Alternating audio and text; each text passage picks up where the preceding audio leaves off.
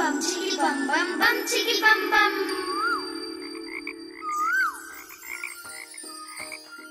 नमस्कार बच्चों। नमस्कार दीदी। सभी सुनने वाले भाई बहनों और बच्चों को भी रश्मि शाही का प्यार भरा नमस्कार। आप सभी का स्वागत है हमारे कार्यक्रम कुछ किस्से कुछ कहानी में, जिसमें हम सुनाते हैं एक कहानी, एक कविता और देते हैं कुछ मजेदार सी रोचक जानकारियाँ। तो तैयार हैं सब? जी दीदी। अच्छा, आप सभी ने आसमान तो देखा है ना? जी हाँ। तो आसमान में क्या देखते हो आप लोग?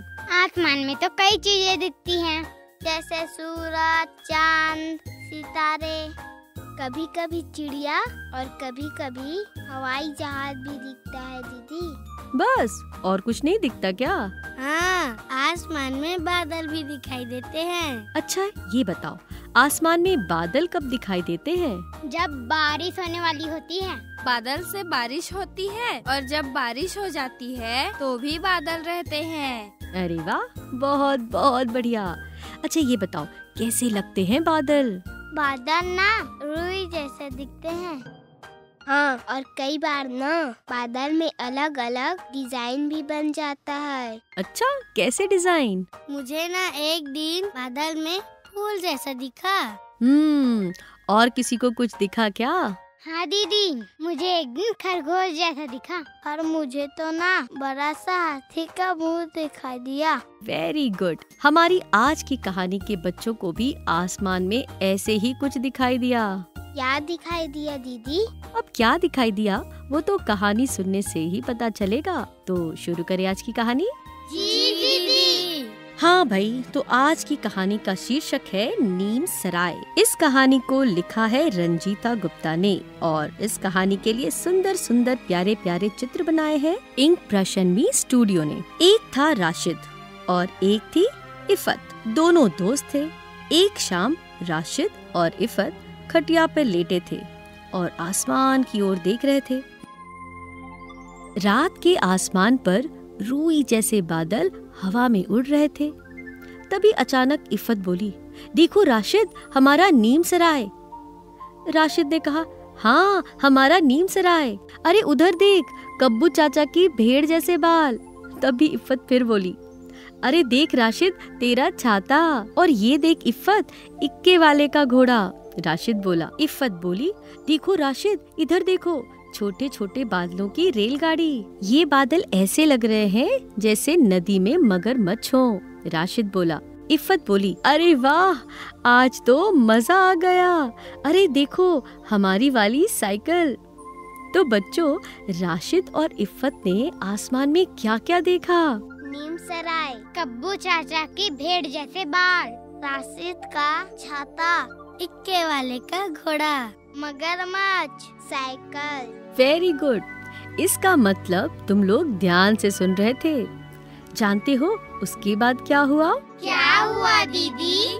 राशिद इफत को समझाते हुए बोला कि ये बादल चांद का घर है। इफत ने असहमति जताते हुए कहा कि चांद का घर तो पहाड़ के पीछे है, वो तो हमेशा वहीं से निकलता है।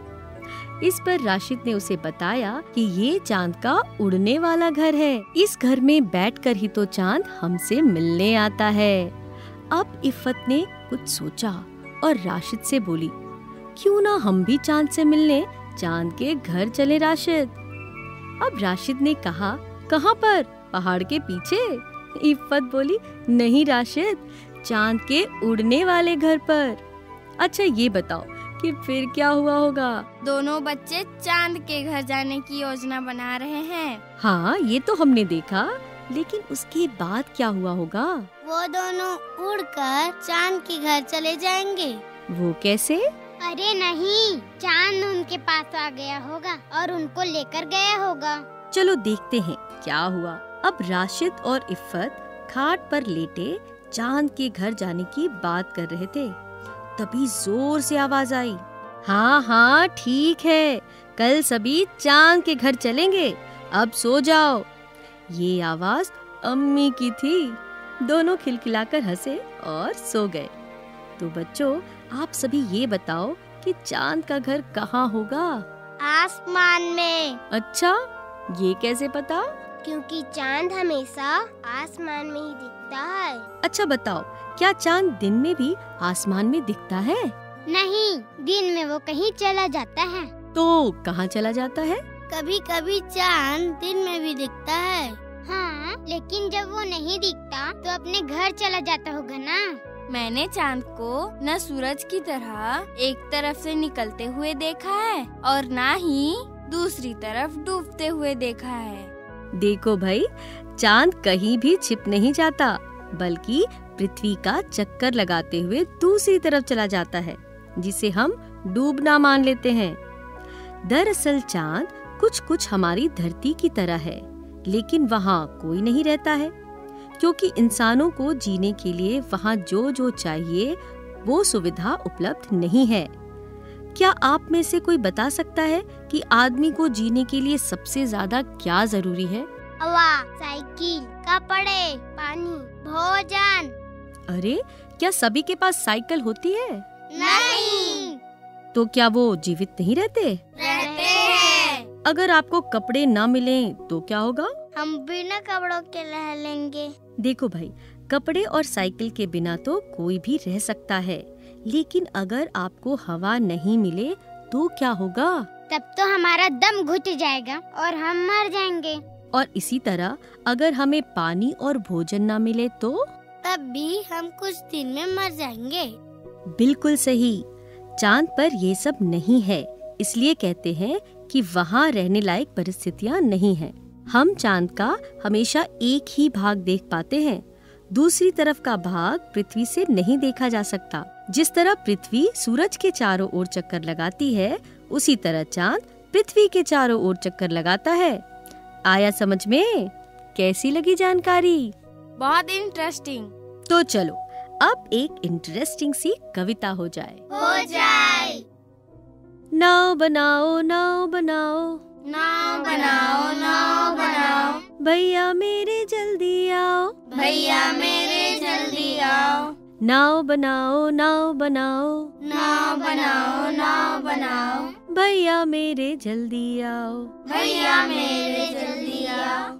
वो देखो पानी आया है, वो देखो पानी आया है, गिर गिर कर बादल छाया है, गिर गिर कर बादल छाया है, 7 समंदर भर लाया है, 7 समुंदर भर लाया है, तुम रस का सागर भर लाओ, तुम रस का सागर भर लाओ, भैया मेरे जल्दी आओ, भैया मेरे जल्दी आओ। पानी सचमुच खूब पड़ेगा, पानी सचमुच खूब पड़ेगा, लंबी चौड़ी गली भरेगा, लंबी चौड़ी गली भरेगा, लाकर घर में नदी धरेगा, लाकर घर में नदी धरेगा, ऐसे में तुम भी लहराओ, ऐसे में तुम भी लहराओ, भैया मेरे जल्दी आओ, भैया मेरे जल्दी आओ।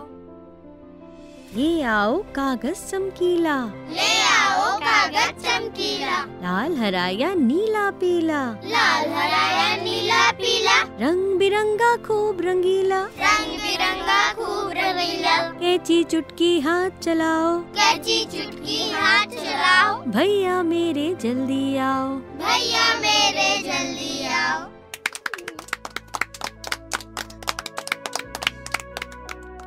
तो आज की पहेली, कटोरे पे कटोरा बेटा बाप से भी गोरा। नारियल। बहुत अच्छे, नारियल। और अब टंग ट्विस्टर। चाचा के चौड़े चबूतरे पर चील ने चूहे को चोंच से चबा डाला। चाचा के चौड़े चबूतरे पर चील ने चोंच से चूहे को चबा डाला। चाचा के चौड़े चबूतरे पर चील ने चूहे को चोंच से चबा डाला। चाचा के चौड़े चबूतरे पर चील ने चूहे को चोंच से चबा डाला। ये चलो भाई, अब बढ़ाते हैं अपने शब्दों का भंडार। और आज अपने शब्द भंडार में हम जो जोड़ने जा रहे हैं वो है आसमान से जुड़े 2 मुहावरे। पहला है आसमान से बातें करना। इसका इस्तेमाल तब करते हैं जब हम किसी ऐसी चीज को देखते हैं जो बहुत ऊंची होती है।